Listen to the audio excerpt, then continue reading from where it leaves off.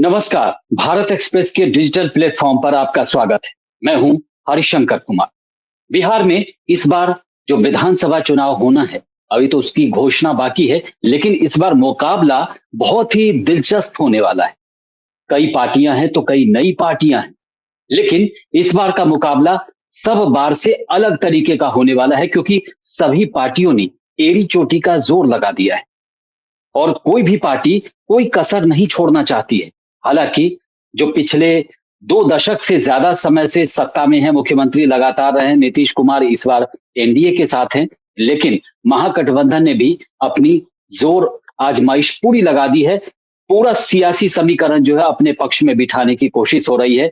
तो प्रशांत किशोर को भी, क्योंकि वो स्ट्रैटेजी बनाने वाले हैं, वो लोगों को जिताने वाले हैं, पार्टी को जिताने वाले हैं, और इस बार खुद चुनावी मैदान में है अपनी नई पार्टी लेकर के।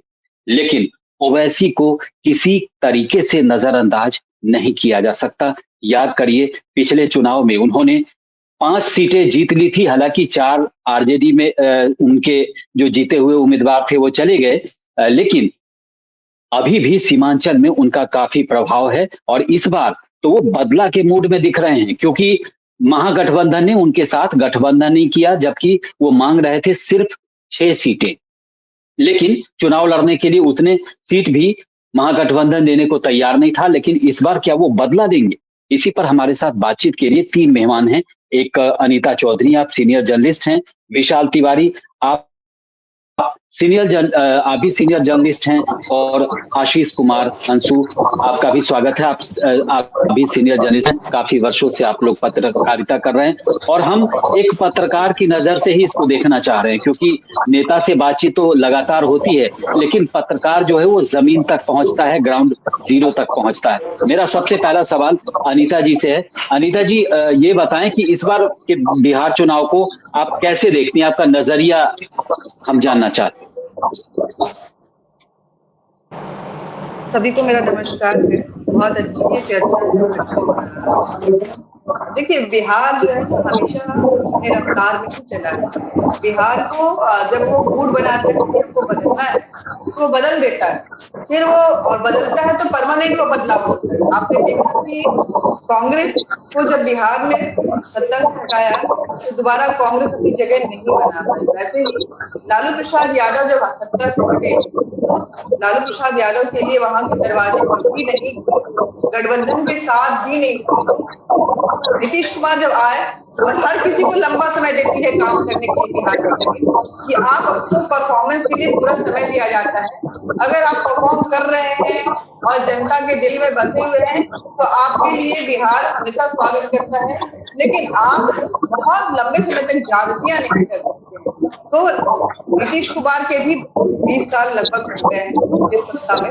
लेकिन नीतीश कुमार के साथ खास बात यह है कि नीतीश कुमार थोड़ा बहुत इधर उधर हो जाता है, कभी प्रशासनिक भी गड़बड़ियां रह जाती है, कभी शैक्षणिक तौर पे कहीं ना कहीं लोगों को असंतुष्टि रहती है, लेकिन वो पॉलिसीज बहुत अच्छी रहती है।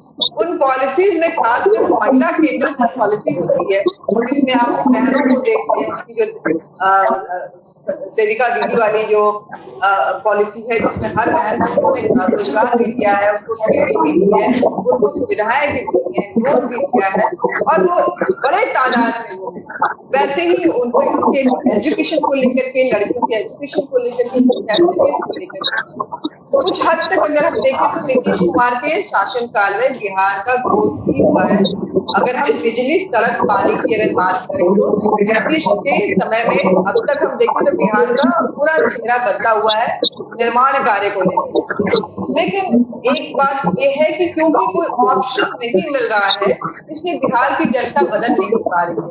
बीजेपी, नीतीश कुमार बीजेपी को ट्रस्ट करना चाहती है, लेकिन बीजेपी अपना वहां पे कोई ऐसा चेहरा, ऐसा कैडर नहीं तैयार कर पा रही है, और शायद वो हिम्मत भी नहीं कर पा रही है कि बीजेपी अकेले मैदान में आए और अपना दम दिखाए। क्योंकि आप देखेंगे कि नीतीश कुमार सिर्फ इस बार नहीं, बीच में भले वो बदल जाते हैं और दूसरी पार्टी के साथ चले जाते हैं, लेकिन चुनाव वो बीजेपी के साथ नहीं। चुनाव में जब आते हैं तो वो बीजेपी विशाल जी, जी गठबंधन होता है। बस एक लाइन कहना जी जी जी तो उस गठबंधन में पिछली जी बार के विधानसभा चुनाव को अगर हम देखें तो बीजेपी सबसे लार्जेस्ट पावर थी। नीतीश कुमार को उतने नंबर, जेडीयू को उतने नंबर नहीं मिले थे, लेकिन बीजेपी हिम्मत नहीं कर पाई थी। और क्योंकि सीटों का बंटवारा ऐसा हुआ था कि बीजेपी उससे ज्यादा नंबर ला ही नहीं सकती थी, उसने अपने पाले में ही कम सीटों को रखा था नीतीश कुमार के भरोसे। नीतीश कुमार की पार्टी को आरजेडी से भी कम नंबर आए। तो ये जो कैलकुलेशन है, जो मॉरल बूस्टअप है, जो कॉन्फिडेंस है बीजेपी का, वो कैसे रिवाइव करेगा, किस तरह से उसमें बीजेपी प्ले करेगी, अपने पॉलिटिकल स्टेप्स कैसे लेगी, ये सारे मायने रखते हैं। लेकिन पीके जो है प्रशांत कुमार, इस बार के बिहार इलेक्शन में वो अपना कुछ कहते हैं ना, रंगमंच के खिलाड़ी को जब मौका मिलता है तो ये वो खिलाड़ी है कि अपने छोटे से ही अभिनय से लेकिन लोगों पे छाप जरूर छोड़े, ऐसा मुझे लग रहा है। जी विशाल जी बिल्कुल। विशाल जी, मैं ये जानना चाहता हूं कि इस बार जो असदुद्दीन ओवैसी हैं, वो तो बदला लेने के मूड में दिख रहे हैं। वो तो कह रहे हैं कि हमने सिर्फ 6 सीटें मांगी, वो भी नहीं दी। तो इस बार जो है, और वैसे भी सीमांचल से आरजेडी और कांग्रेस को बहुत ज्यादा उम्मीदें हैं, तो क्या ये उनकी उम्मीदों पर पानी फेरने वाले हैं? देखिए, जो 4 सीटें इन्होंने पिछली बार जीती थी सीमांचल में, उसमें एक सीट पांच जो थी वो 5 मेरे ख्याल। सॉरी, हाँ 5, हाँ शायद, हाँ जी तो उसमें हाँ, एक सीट जो वो आरजेडी के सिटिंग कैंडिडेट को टिकट जो है नहीं दिया था, और ये फिर वो इन्होंने ओवैसी की पार्टी से वो चुनाव जी लड़े, जीते और फिर दोबारा वापस चले गए। देखिए, इसमें अब देखना होगा कि पिछली बार तो किन कारणों से वहां पर ओवैसी के साथ जो मुस्लिम्स जो हैं वो गए थे। इस बार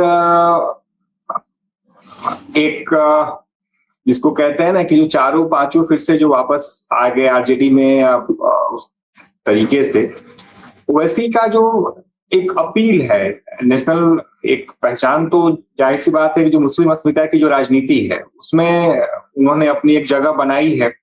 और अगर कैंडिडेट अगर खड़े करते हैं वो, तो ऐसा नहीं है कि सब जीत जाएंगे, लेकिन नुकसान तो जाहिर तौर पे करेंगे, इसमें भी कोई इफ एंड बट नहीं है। अब जहां तक दूसरी बात है कि भाई ये सीटों के बंटवारे और उनसे, अब दिक्कत क्या है कि चूंकि ओवैसी की जमीन बिहार या यूपी रही नहीं है ना, और जो राजनीति आरजेडी के लीडरशिप में कांग्रेस की रही है, कांग्रेस करती रही है, तो उसमें मुस्लिम एक बहुत बड़ा एमवाई समीकरण जिसकी हम बात करते हैं।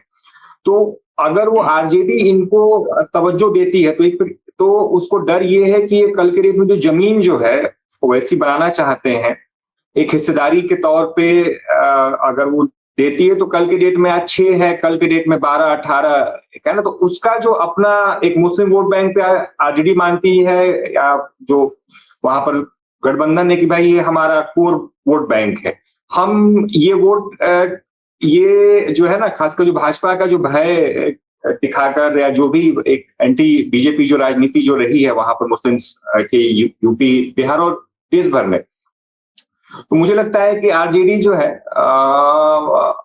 नफा नुकसान हो सकता है, कुछ सीटों पर नुकसान हो, लेकिन वो लॉन्ग टर्म में देखकर चल रही है कि मुझे इनको बहुत स्पेस नहीं देना है, क्योंकि एक बार स्पेस दे देंगे तो जो मेरा जो एकदम एमवाई समीकरण जो है उस पे एक ये लगेगा कि भाई हाँ, कि हम एक प्रकार से चीजों को शेयर करने लग गए। आशीष जी, ओवैसी जो है उन पर लगातार आरोप लगता रहा, आज से नहीं काफी दिन पहले से, कि वो बीजेपी की बी टीम, तो बीजेपी की बी टीम है और वो बदला लेना चाह रही है महागठबंधन से कि 6 सीटें मुझे नहीं दी, तो सीमांचल में क्या होगा? और दूसरा कि क्या मतलब 5-6 सीटें तो वो जीत ही जाते हैं, 5 सीटें, लेकिन उसके अलावा 5-10 सीट पर वो नुकसान भी पहुंचाएंगे। तो आपको क्या लगता है कि बी टीम से इस बार फायदा होने वाला है बीजेपी को बहुत ज्यादा, पिछले बार से ज्यादा?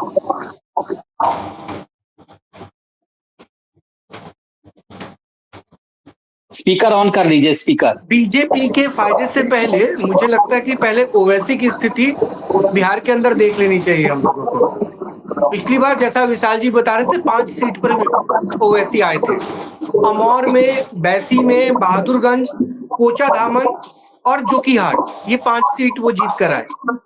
और आज की स्थिति में, क्या वो तो चुनाव 5 साल पहले का था, आज की अगर स्थिति में मैं और आप बात करें तो आज पूरे बिहार में उनके एक विधायक है, अख्तरुल ईमान साहब, और इकलौते विधायक जो है वो बिहार के अध्यक्ष भी हैं।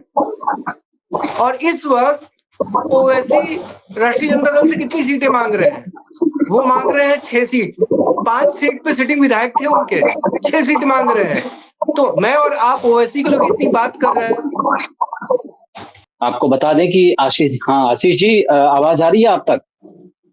नहीं, तकनीकी खराबी की वजह से वो हमारे साथ नहीं जुड़ पा रहे हैं। हमारे साथ अनीता जी भी। अनीता जी, बिहार में जो इस बार का जो समीकरण है, कांग्रेस भी काफी जोर शोर से प्रचार कर रही है और ये वोट चोरी का जो आरोप है, हालांकि कई नेता कह भी चुके हैं, योगेंद्र यादव को भी मैं सुन रहा था कि वो कह रहे हैं कि ये इसके ठोस प्रमाण किसी के पास नहीं है, बस एक तरीके का आरोप है, ताकि जो ऐसे मतदाता जो 10% जो हैं कि वो चुनाव के समय फैसला लेते हैं कि किस पक्ष में वोट डालना है, एनडीए के लिए या महागठबंधन के लिए, तो वैसे लोगों पर प्रभाव डालने की कोशिश है।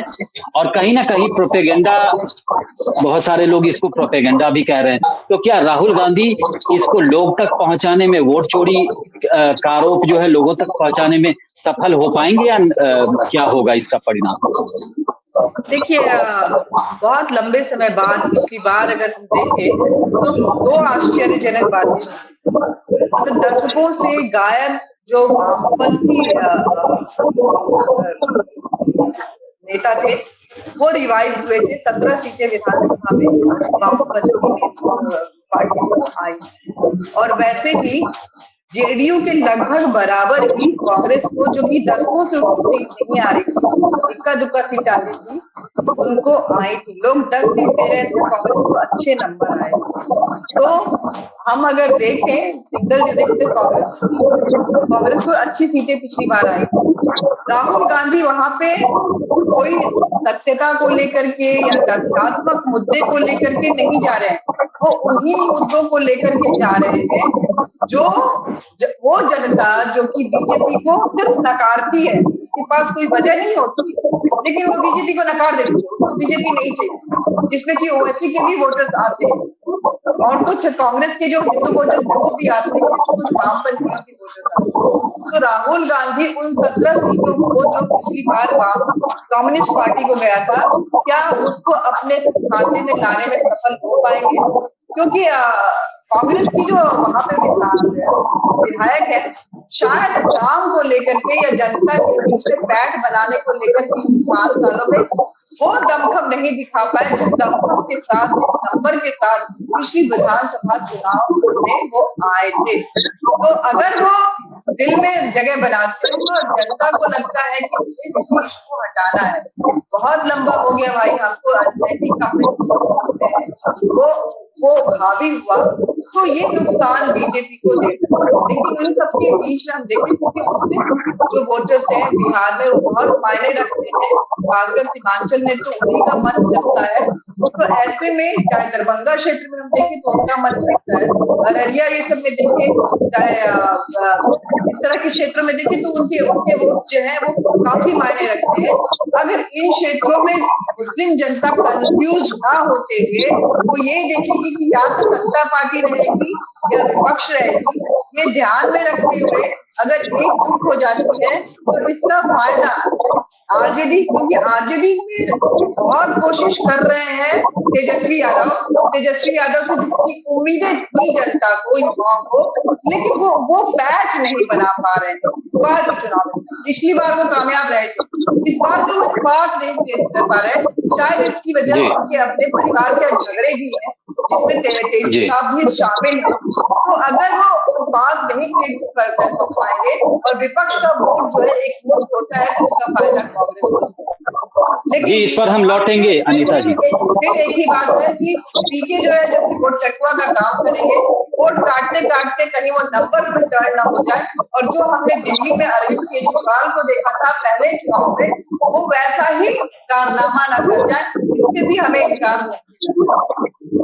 जी, जी, जी। आशीष जी, आप अपनी बात कंप्लीट कर रहे थे, जवाब आप दे रहे थे कि ओवैसी की बी जी। टीम बीजेपी और कैसे फ़ायदा या घाटा, नुकसान आप अपनी बात पूरी करें। हाँ, मेरी बात मैं ये बताना चाह रहा था कि अभी इस वक़्त हमें ये नहीं देखना कि 5 सीट ओवैसी जीते हैं। आज के समय में ओवैसी के पास सिर्फ 1 सीट है, वही उनकी ताकत है। इसीलिए शायद जब वो 6 सीट की बात कर रहे हैं, तो राजद बहुत भाव देने को तैयार नहीं है। और ओवैसी बार-बार राजद बात नहीं कर रही है ओवैसी के साथ। ओवैसी बार-बार जाकर राजद से बात कर रहे हैं, उनके साथ संबंध साधने की कोशिश कर रहे हैं और 6 सीट पर वो 6 सीट पर मान चुके हैं और राजद ये सीट भी देने को तैयार नहीं है। तो कुल मिलाकर हमें ये समझना चाहिए कि राजद तो उनकी स्थिति को ज़्यादा बेहतर समझ रही होगी, अगर वो बीजेपी की बी टीम है तो। और वो ए टीम बनना चाहते हैं राजद के साथ जाकर और राजद को स्पेस नहीं दे रही है, तो हमें ये समझना चाहिए कि होंगे ओवैसी हैदराबाद के शेर, लेकिन बिहार में आकर वो इस वक़्त बकरी से ज़्यादा बिहार उनको महत्व देने को तैयार नहीं है, ऐसा बिहार की परिस्थिति को देख के लग रहा है। हाँ, मुसलमानों पे उनका कोई प्रभाव हो सकता है, निश्चित तौर पे, लेकिन मुसलमानों पे दावा करने वाली और भी तो पार्टियाँ हैं बिहार के अंदर। और सिर्फ भारतीय जनता पार्टी को छोड़ दिया जाए, तो ऐसी बिहार की कोई पार्टी नहीं है, जिनका मुसलमानों के बीच में थोड़ा बहुत वोट शेयर ना हो। यहाँ तक कि जदयू भी मुसलमानों से कुछ वोट लेकर ही आती है बिहार के अंदर। तो इस बात को बहुत ठीक से देखना पड़ेगा ठीक बात और है। दिलचस्प एक कहानी। जी। जी भाई साहब। हाँ, हाँ, नहीं आप अपनी बात पूरी करें। बस एक छोटी-सी बात मैं जोड़ना चाह रहा हूँ कि ओवैसी से थोड़ा-सा अलग हटकर देखें, तो एक पैरेलल राजनीति और बिहार के अंदर हो रही है, जिसके अंदर थोड़ा ध्यान देना चाहिए। अभी अधिक पुरानी बात नहीं, यही नवरात्रि का समय था, बिहार में मटन बन रहा था। बिहार जो भी दर्शक इस कार्यक्रम को देख रहे होंगे, उनको वो तस्वीर याद होगी, जब राहुल गांधी और साथ में लालू प्रसाद दोनों मिलकर मटन बना रहे थे। यही नवरात्रि का समय था और आज देखिए क्या समय है कि आज के समय में नवरात्रि की बधाई दे रहे हैं उस पार्टी के नेता तेजस्वी यादव, जिनके नेता आज से पहले पिछले साल ही पता नहीं क्या कुछ बोल रहे थे। चंद्रशेखर यादव अभी सीन से गायब है, कहाँ है वो? और इसके पीछे एक जो बात है, जो बात सामने आ रही है, वो ये बात कि कांग्रेस और राजद के बीच में एक नया रिश्ता जुड़ा है। वो रिश्ता ये है कि एक नई बहू आई है बिहार के अंदर, जो हरियाणा से निकल के आई है और राहुल जी की माँ जो है, उनकी पृष्ठभूमि जिस समाज से आती है, उसी समाज की ये बहू है। और देखिए इससे बिहार के अंदर बहुत दिलचस्प सा एक समीकरण और देखने को मिल रहा है। बिहार के तेजस्वी यादव का रिश्ता तमिलनाडु से जुड़ जाता है। ये कोई सोच नहीं सकता था कि तमिलनाडु के स्टालिन और बिहार के तेजस्वी यादव के बीच कोई रिश्ता हो सकता है। तो ये रिश्ता बिहार के अंदर एक राजनीतिक समीकरण भी बना रहा है। इस पर भी आने वाले समय में शायद हमें ठीक से बात करनी पड़ेगी। आप समझ रहे जी, हो मैं जी, इशारा आपने किस तरफ कर रहा हूँ? जी, जी, बिल्कुल समझ गया, आपकी बात समझ रहा हूँ। विशाल जी, लालू यादव का जो परिवार है, इस बार तो परिवार में 2-2 पार्टी है। आरजेडी के अलावा तेज प्रताप यादव ने अपनी नई पार्टी की घोषणा कर दी है। तो क्या 2 भाई आपस में लड़ेंगे इस बार चुनावी मुकाबले में? क्योंकि तेज प्रताप की अलग पार्टी हो गई और तेजस्वी यादव आरजेडी अपने पिताजी की पार्टी से ताल ठोक रहे हैं चुनावी मैदान में। तो क्या आपस में भिड़ने वाली है दोनों पार्टियां? और अगर तेज प्रताप अगर कुछ भी वोट अगर ले आते हैं तो वो स्वाभाविक तौर पे आरजेडी का ही वोट कटेगा। विशाल जी से हमारा संपर्क अभी थोड़ा टूट रहा। अनीता जी, मतलब परिवार जो है, आरजेडी का परिवार जो है, उसमें तो महाभारत चल ही रहा है। उसमें एक नए किरदार की भी एंट्री है, जो जिस पर प्रशांत किशोर भी कह चुके हैं कि आरजेडी तो चला रहे हैं, ये लोग नहीं चला रहे हैं। आरजेडी तो जो संजय हैं, हरियाणा से संजय यादव पहुंचे और आज के डेट में इस समय सबसे ज्यादा करीबी हैं और घर में जो विवाद हो रहा है, चाहे रोहिणी आचार्य से हो, चाहे तेज प्रताप से हो, सबकी जड़ में कहीं ना कहीं वही रहते हैं। तो परिवार में ये चल क्या रहा है, लालू परिवार में? जब हताशा में होता है और ऐसा लगता है कि इस बार शायद जमीन बचानी मुश्किल होगी, तो लोग उस पिलर को ढूंढना शुरू करता है, उस तरीके पे, उस केले के थंभ को पे उसका सहारा लेना शुरू करता है, जो बाढ़ के पानी में बहता हुआ सामने आता है। संजय यादव जो है वही चीज है, वो आ तो गए हैं और वहां पे बैठ करके फैमिली में तेजस्वी यादव को स्टैब्लिश करने के लिए बाकी सबको वो नकार रहे हैं और तेजस्वी यादव उनके इशारों पे घूम रहे हैं। लेकिन फैमिली का ये डिस्प्यूट जो है वो इतना महंगा पड़ जाता है, क्योंकि लालू यादव जनता के बीच में अपने यादवगिरी के लिए तो मशहूर थे ही, साथ में अपनी फैमिली की यूनिटी और उनकी जो एकजुटता थी उसको लेकर भी कहीं ना कहीं उन लोगों के पे अपना छाप छोड़ते थे।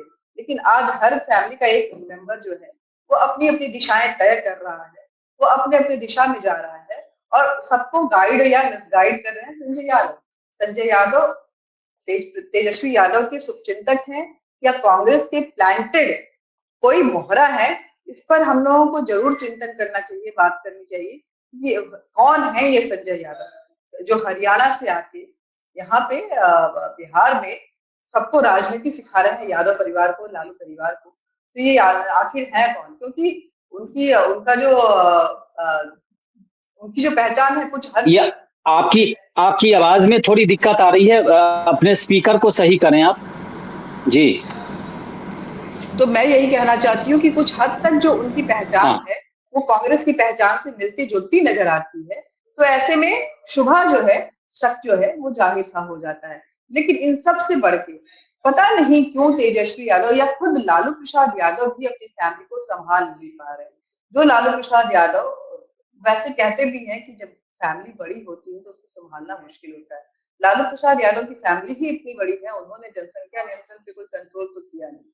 तो फिर अब हर जब बच्चे बड़े हो जाते हैं और वो 1-2 नहीं कुछ 8-10 होते हैं, तो सबकी दिशाएं अलग अलग 10 दिशाओं में भाग रहे बच्चों को आखिर संभाले तो कैसे संभाले, ये स्थिति लालू प्रसाद यादव के लिए है।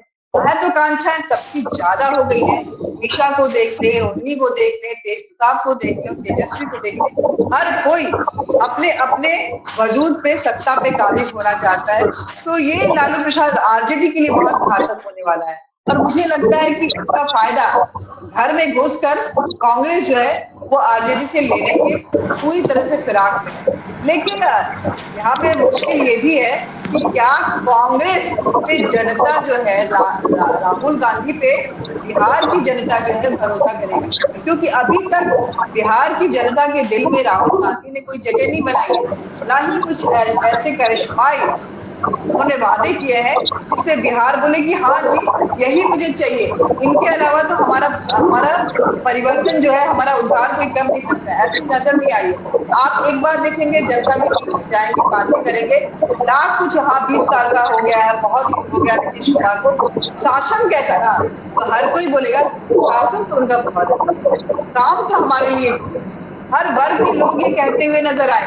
तो ये जो सेटिस्फैक्शन होता है ना, एक सुकून जो होता है कि नहीं उन्होंने काम तो किया, बहुत लंबा हो गया यार, बहुत दिनों से ये बैठे हुए हैं वहां पे, कुछ बदलाव तो चाहिए, लेकिन काम तो किया इन्होंने, तो बदलाव कैसा चाहिए? वैसा तो नहीं चाहिए ना कि जो आके काम ना करे या जिससे हमें डाउट है कि ये काम नहीं कर सकता है।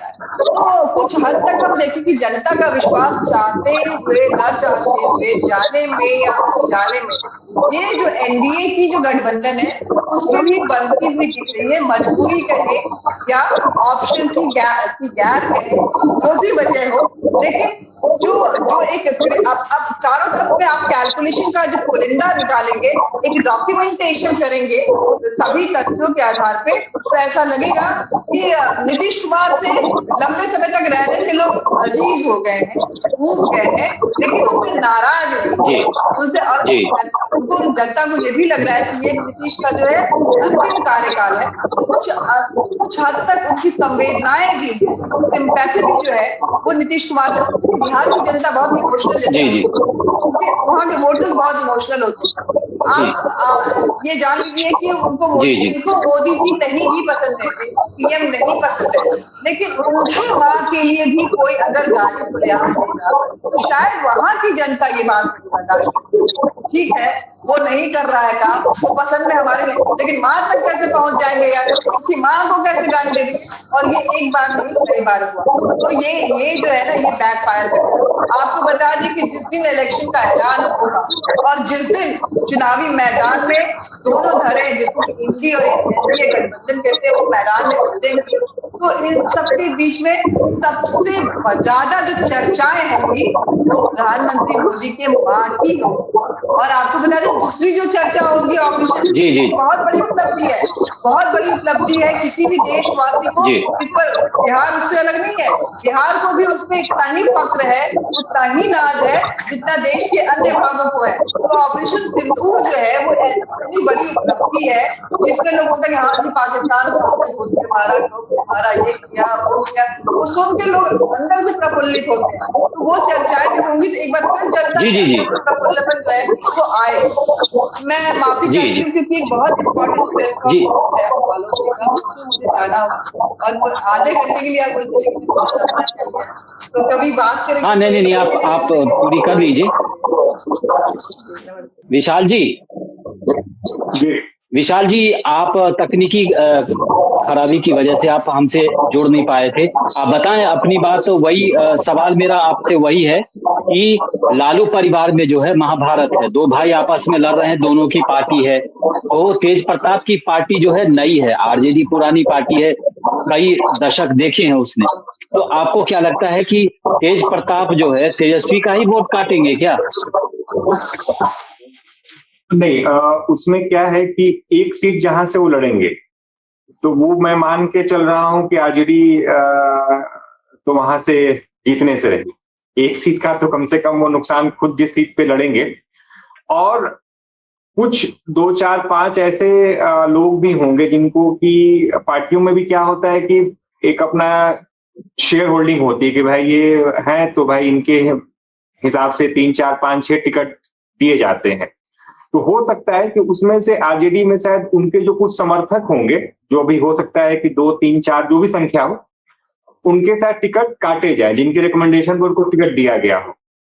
तो जाहिर सी बात है कि वो इनकी पार्टी से लड़ेंगे, और जब लड़ेंगे तो अगर कोई आदमी अगर सिटिंग है और उसका टिकट आप काट रहे हैं, अगर वो खड़ा हो रहा है, तो इसमें कहीं कोई दो राय नहीं है कि वो कुछ सीटों पर आरजेडी को डैमेज करेंगे। लेकिन अभी नहीं होता है कि अभी तो नई नई पार्टी है, और अभी भी क्या है कि जो जो बेस जो वोट बैंक है वो वोट बैंक अभी भी आरजेडी के साथ इंटैक्ट है। तो मुझे लगता है कि शायद उतना प्रभाव नहीं होगा। हो सकता है कि 4 6 सीटें इस प्रकार से कुछ आरजेडी को डैमेज करे तेज प्रताप। हाँ, लेकिन एक परसेप्शन जो है वो भी कोई अच्छा नहीं गया है इससे, जो आरजेडी के अंदर जो कुछ पूरा हुआ है या हो रहा है।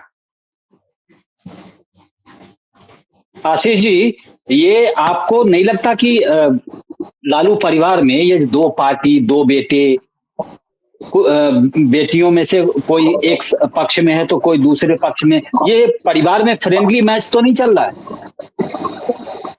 बिल्कुल ठीक कह रहे हैं आप। और इस कहानी को थोड़ा हम पहले जाकर देखें तो थोड़ा पृष्ठभूमि के साथ देखने के बाद ये भी दिखाई देता है कि धीरे धीरे लालू प्रसाद अपने ही परिवार में कमजोर होते जा रहे हैं, और आज वो सिर्फ इस काम आ रहे हैं तेजस्वी के कि उनकी तस्वीर सामने रख के कोई भी बात उनके नाम पर कही जा सके। ये ऐसा एक परसेप्शन बन रहा है बाहर से इस पूरी कहानी को देखते हुए, जिसका जिक्र आप कर रहे हैं। कायदे से देखा जाए, चूंकि मेरे बहुत सारे यादव मित्र हैं और यादव परिवारों में हमेशा अगर सत्ता का हस्तांतरण अगर होना है तो हमेशा वो हस्तांतरण बड़े बेटे के हाथ में दिया जाता है। और सिर्फ यादव परिवारों में नहीं, भारतीय समाज में, भारतीय परंपरा में ये रहा है कि हमेशा अगर सत्ता का हस्तांतरण होगा तो वो बड़े बेटे के हाथ में जाएगा।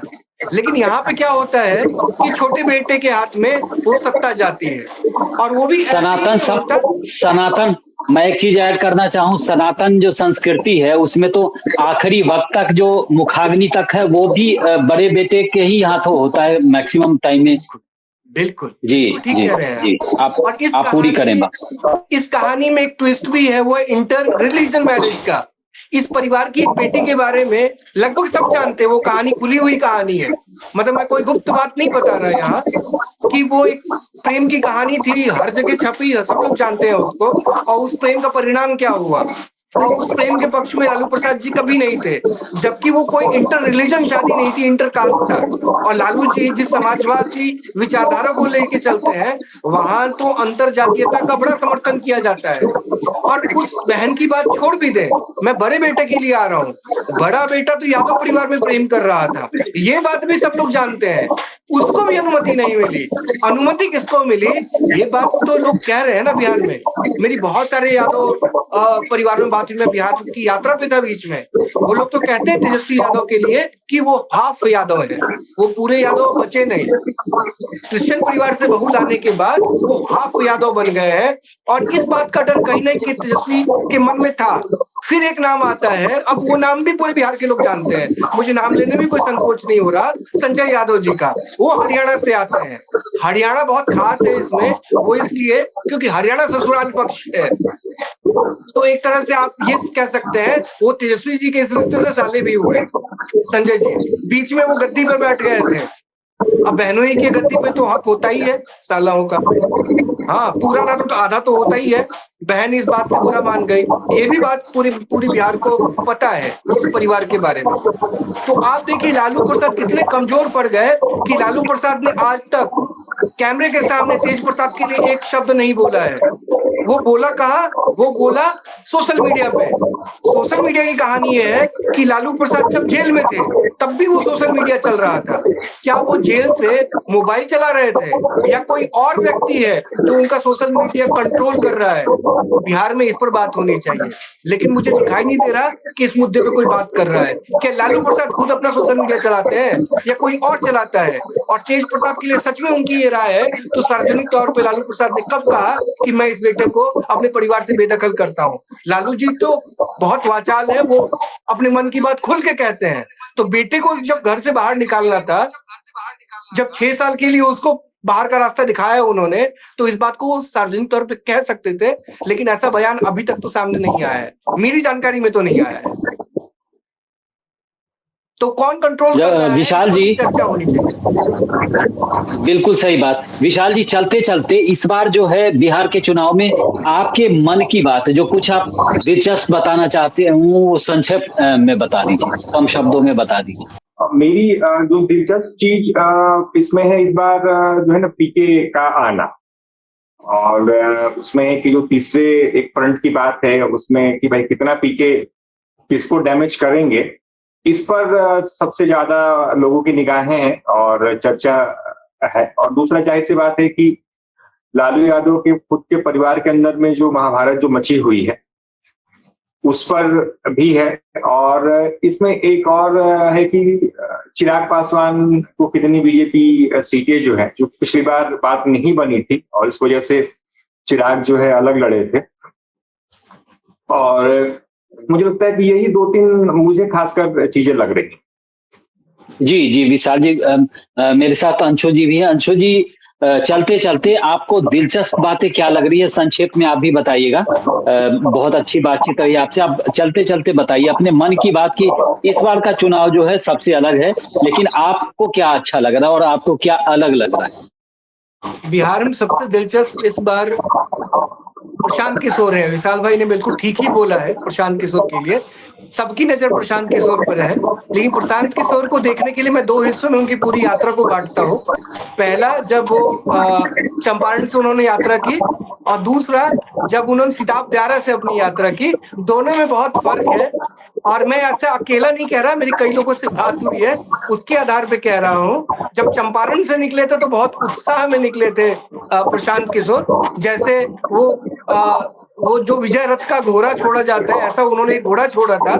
और मुझे अश्वमेध का घोड़ा, अश्वमेध का घोड़ा, और मुझे लगता है वो घोड़ा कहीं पकड़ लिया गया है किसी के द्वारा। और इस बार वो घोड़ा पकड़ने वाले लव कुश नहीं है, मुझे लगता है रावण ने पकड़ लिया है बिहार में कहीं उनका घोड़ा। तो अब सीधा, और राम मैं बिल्कुल नहीं कह रहा कि यहाँ पर ये राम की भूमिका में है, इनकी भूमिका ये खुद तय करे, लेकिन घोड़ा रावण ने पकड़ा है ये तय है, ये मैं आपको बता देता हूँ। और इसमें प्रशांत किशोर बिल्कुल बहुत बुरी तरह से परेशान दिख रहे हैं। तो आप भी देखिए ये अश्वमेध का घोड़ा जो है ये प्रशांत किशोर को कहां तक ले जाता है, ये चुनाव का परिणाम बताएगा। जी, विशाल जी आपका बहुत-बहुत धन्यवाद, अंशु जी आपका भी बहुत-बहुत धन्यवाद और अनीता जी भी हमारे साथ जुड़ी थी, उनका भी बहुत-बहुत धन्यवाद और देखिए प्रशांत किशोर इस बार के चुनाव में मुझे लगता है कि बहुत बड़े गेम चेंजर भी साबित हो सकते हैं। पीके को ऐसे ही आप कम कोई नहीं आंकता क्योंकि उन्होंने बहुत सारी पार्टियों के लिए चुनाव कैंपेनिंग और बाकी सारा काम संभाला है। कई राज्य में सत्ता बदलवाने में उनकी बहुत बड़ी भूमिका रही है। चुनाव में उन्होंने स्ट्रैटेजी बहुत अच्छा बनाए, वो अच्छे रणनीतिकार हैं। लेकिन खुद के लिए और अपनी पार्टी के लिए वो क्या कर पाएँगे, ये आने वाला समय ही बताएगा। इस खास बुलेटिन में बिहार चुनाव पर जो हम बुलेटिन कर रहे थे, उसमें फिलहाल इतना ही। देश और दुनिया की ताज़ा तरीन खबरों के लिए देखते रहिए भारत एक्सप्रेस डिजिटल। नमस्कार।